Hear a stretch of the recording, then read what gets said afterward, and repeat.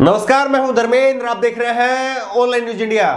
कोई भी विरोध प्रदर्शन हो, किसी भी सरकार के खिलाफ हो, कोई भी विपक्ष हो या संगठन हो, वो किसी भी सरकार के खिलाफ अगर विरोध प्रदर्शन करता है तो एक नारा जो सबसे ज्यादा गूंजता है, एक नारा जो सबसे ज्यादा फेमस है, सबसे ज्यादा चर्चित है, वो नारा है जो हमसे टकराएगा चूर चूर हो जाएगा।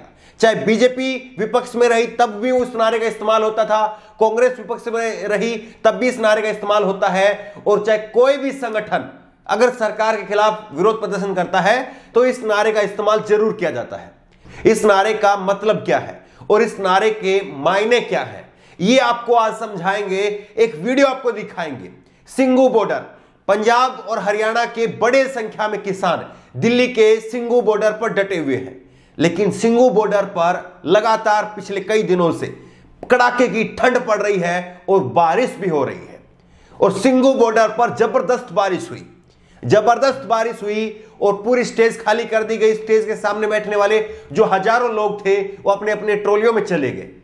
लेकिन उसी बारिश के बीच में दो महिलाएं आती हैं और वो महिलाएं आकर के कहती है कि आप यहां पर वापस आ जाइए। अगर आपको लगता है कि आपके कपड़े भीग जाएंगे तो चिंता मत करिए, बहुत सारे कपड़े आ रहे हैं, कपड़ों की चिंता मत करिए, सरकार को बताइए, आवाज उठाइए। और उन दोनों महिलाओं ने वहां आकर के नारेबाजी करनी शुरू कर दी। देखते ही देखते उन दोनों महिलाओं ने सैकड़ों की संख्या में तादाद इकट्ठी कर दी। केवल दो महिलाएं थी, बारिश हो रही थी। दोनों वीडियो आपको दिखाएंगे। सबसे पहले आप देखिए किस तरह से कड़ाके की वहां पर बारिश हो रही है, लोग अपनी अपनी ट्रॉलियों के अंदर, अपने अपने तंबू के अंदर खड़े हो गए हैं। लेकिन उसके बाद में दो महिलाएं आती है और पूरा माहौल पलट जाता है।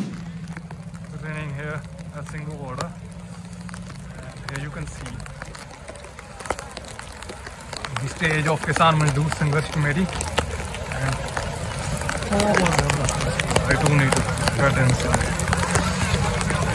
under the tank.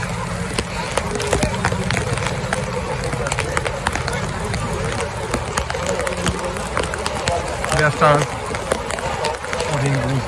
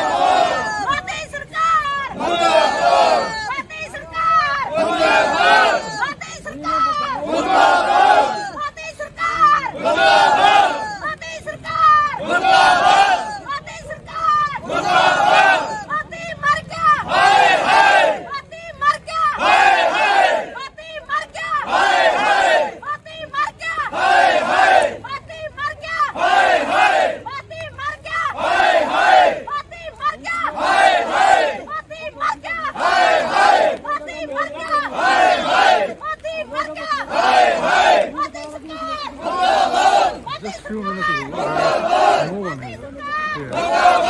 Except these two only. And they are Narendra Modi. And is it here?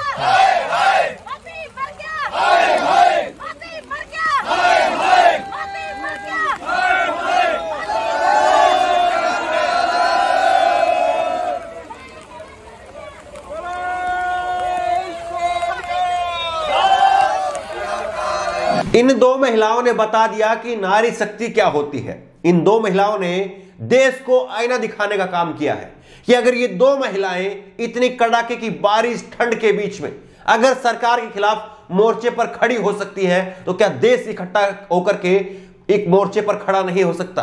क्या सरकार को झुकाया नहीं जा सकता? और इसीलिए मैंने जो कहा था कि हमसे जो टकराएगा चूर चूर हो जाएगा, इस नारे को सही मायने में इन महिलाओं ने चरितार्थ किया है। इन महिलाओं ने बता दिया है कि इनसे टकराना आसान नहीं है। अभी तक तो गोदी मीडिया सब लोग जो है इन किसानों को लेकर के तरह तरह की बातें बनाते रहे, लेकिन इन हालातों को देख करके हर कोई डर जाएगा कि इन हालातों में जिस तरह से ये महिलाएं खड़ी हैं, ये किसान आकर के वहां पर एकजुट हो गए, तो ये वाकई में दिखाता है कि इस आंदोलन से पार पाना सरकार के बूते की बाहर की चीज है।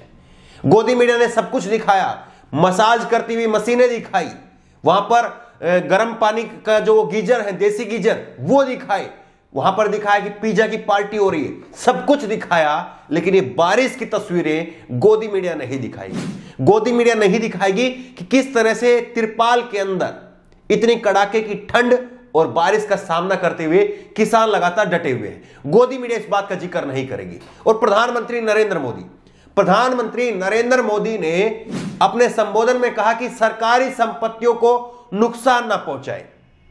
आप इतनी तेज बारिश हो रही है, इतनी कड़ाके की ठंड पड़ रही है, आप उसमें आंदोलन करते रहिए, कोई फर्क नहीं पड़ता, लेकिन आप केवल सरकारी संपत्तियों को नुकसान ना पहुंचाए। उनसे यह पूछा जाना चाहिए कि उन्होंने जो सड़कें खोदी थी इन किसानों को यहां आने से रोकने के लिए, और जो आज इन्होंने बैरिकेड लगा करके जो रोड जाम किया हुआ है, ये सरकार ने रोड जाम किया है, किसानों ने नहीं।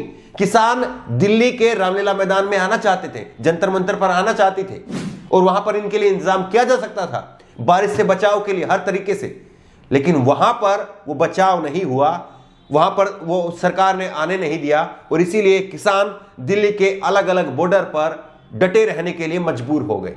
सरकार, देखिए अब हेडलाइन को आप समझिए, हम कह रहे हैं कि किसान वहां पर डटे रहने को मजबूर हो गए, लेकिन गोदी मीडिया की जब भी आप हेडलाइन देखेंगे, जब भी आप ब्रेकिंग न्यूज देखेंगे, जब भी उनकी बड़ी खबर आप देखेंगे, तो उसमें कहते हैं कि किसान अपने सख्त तेवर पर अड़े हुए हैं। किसान अपने सख्त तेवर पर अड़े हुए हैं या सरकार अपने सख्त तेवर पर अड़ी हुई है, ये पूरा देश देख रहा है, लेकिन गोदी मीडिया का बस नहीं चल रहा है।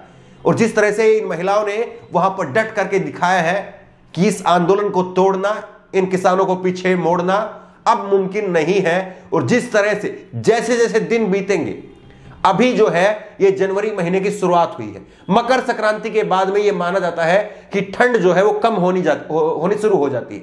मकर संक्रांति के बाद में 26 जनवरी के बाद में जैसे जैसे ठंड कम होगी, वैसे वैसे इन किसानों के लिए वहां पर डटना और आसान होता चला जाएगा। जो मुश्किल के दिन है, जो कठिनाइयों के दिन है, वो अभी है, और इन अभी जो कठिनाइयां चल रही हैं, इनको ये किसान पार पा लेंगे तो उसके बाद में बहुत आसान हो जाएगा किसानों के लिए वहां ठहरना, और फिर सरकार के लिए बहुत मुश्किल हो जाएगा इन किसानों को वहां से खदेड़ना।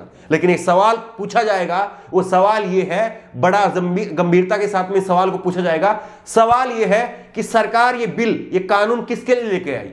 सरकार निश्चित तौर पर अब दिखाई दे रहा है, पूरी तरह से हर किसी को समझ में आ रहा है कि ये कानून जो है वो पूंजीपतियों के लिए है। आप सोचिए कि इतने मुश्किल हालात में अगर इतना भयंकर विरोध हो रहा है, और अगर उसके बावजूद सरकार वापस नहीं ले रही है और कह रही है कि उसके फायदे, किसानों के फायदे क्या है, किसान इतनी मजबूत, इतनी कठिन हालातों में वहां पर खड़े होकर के प्रदर्शन करने को मजबूर है। 50 से ज्यादा किसानों की मौत हो चुकी है, और फिर भी सरकार नहीं मान रही है, तो क्या यह किसानों के फायदे की बात है या फिर पूंजीपतियों के फायदों की बात है? और किसानों के लिए इस कानून को लाना ही था, तो क्यों नहीं उनसे बात की गई, और क्यों जो है वो जबरदस्ती अध्यादेश ला करके किसान कानून जो है वो बनाए गए? लेकिन अब साफ तौर पर दिख रहा है कि केवल पूंजीपतियों के लिए काम हो रहा है। अगर किसानों के हित के लिए काम होता तो फिर किसानों को इन हालातों का सामना नहीं करना पड़ता। इस खबर को लेकर के, इस वीडियो को लेकर के आपकी जो भी राय हो नीचे कमेंट बॉक्स में अपनी राय जरूर दें। उसी तरह की तमाम खबरों के लिए ऑनलाइन न्यूज इंडिया को सब्सक्राइब करें। धन्यवाद। इस खबर को अभी लाइक करें, शेयर करें, अभी चैनल को सब्सक्राइब करें और घंटी जरूर दबाएं।